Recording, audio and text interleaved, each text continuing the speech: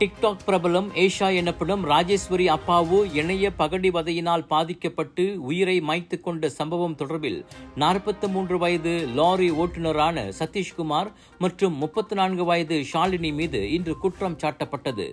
தனது டிக்டாக் கணக்கு டூலால் பிரதர்ஸ் 360 மூலம் உள்நோக்கத்தோடு ஜூன் 30ஆம் தேதி செந்தூரில் இரவு மணி 10:12 அளவில் மற்றவர்களின் மனதை காயப்படுத்தும் நோக்கத்தில் ஆபாச கருத்துக்களை வெளியிட்டதாக செஷன்ஸ் நீதிமன்ற நீதிபதி சித்தி ஹாமினா கசாலி முன்னிலையில் வாசிக்கப்பட்ட குற்றச்சாட்டை சதீஷ்குமார் ஒப்புக்கொண்டார். இக்குற்றத்திற்கு 1 ஆண்டு சிறை, 50,000 ரிங்கிட் வரை அபராதம் அல்லது அவை இரண்டும் விதிக்கப்படலாம். தொடர்பு மற்றும் பல்லூடக சட்டத்தின் 233வது விதியின் கீழ் இணைய வசதியை தவறுதலாக பயன்படுத்தியதாக அவர் மீது குற்றம் சாட்டப்பட்டது.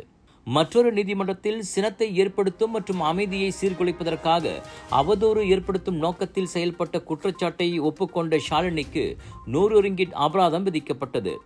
மாஜிஸ்ட்ரேட் நீதிமன்றத்தில் ஷாலினி குற்றச்சாட்டை ஒப்புக்கொண்டதை தொடர்ந்து அவருக்கு மாஜிஸ்ட்ரேட் MS அருண்ஜோதி இந்த அபராத தொகையை விதித்தார்.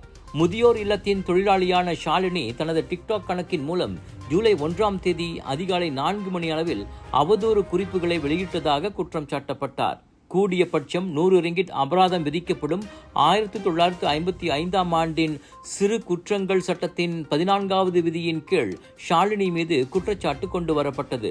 ஜூலை 5ஆம் தேதி கோலாலம்பூர் ஸ்தாபாக்கில் உள்ள தனது வீட்டில் 29 வயதுடைய ராஜேஸ்வரி இறந்து கிடந்தார். அவர் மரணம் அடைவதற்கு ஒரு நாளுக்கு முன்னதாக டிக்டாக்கில் தமக்கு தொந்தரவு அளித்ததாக இருவருக்கு எதிராக ராஜேஸ்வரி போலீசில் புகார் செய்திருந்தார்.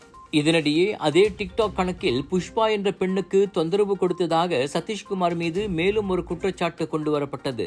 5 ஆண்டுகள் வரை சிறை தண்டனை, அபராதம் அல்லது அவை இரண்டும் விதிக்கப்படும் தண்டனை சட்டத்தின் 509வது பிரிவின் கீழ் ஒரு நபரை அவமதித்ததாக சதீஷ்குமார் மீது கொண்டுவரப்பட்ட 2வது குற்றச்சாட்டை அவர் மறுத்து விசாரணை கோரினார்.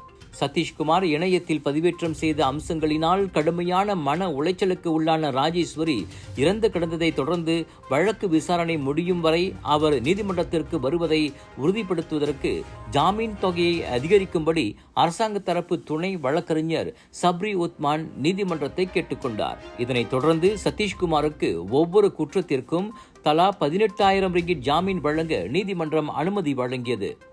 சதீஷ்குமாரின் சார்பில் வழக்கறிஞர்கள் எவரும் ஆஜராகவில்லை. தாம் வழக்கறிஞரை நியமிக்கப் போவதாக அவர் கூறினார். இந்த குற்றச்சாட்டு ஆகஸ்ட் 16ஆம் தேதி மீண்டும் செவிமடுக்கப்படும்.